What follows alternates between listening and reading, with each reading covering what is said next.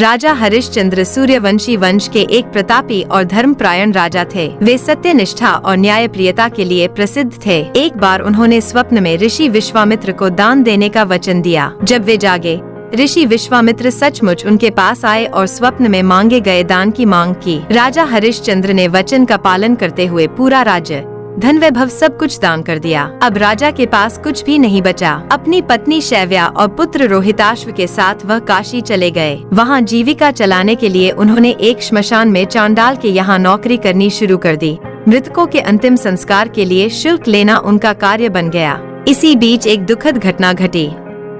उनके पुत्र रोहिताश्व की मृत्यु हो गई। पत्नी शैव्या बेटे के शव को लेकर श्मशान आई और हरिश्चंद्र से अंतिम संस्कार के लिए शुल्क मांगा गया। पत्नी के पास कोई धन नहीं था, तो राजा ने अपने कर्तव्य और सत्य के पालन हेतु भी अपनी पत्नी से शुल्क मांगने में भी संकोच नहीं किया। उनकी यह अडिग सत्यनिष्ठा देखकर देवता प्रसन्न हो गए। अंततः स्वयं धर्मराज, इंद्र और अन्य देवताओं ने प्रकट होकर राजा हरिश्चंद्र की परीक्षा समाप्त की। उन्होंने उनका पुत्र जीवित कर दिया, राज्य लौटा दिया और आशीर्वाद दिया कि उनका यश युगों युगों तक अमर रहेगा।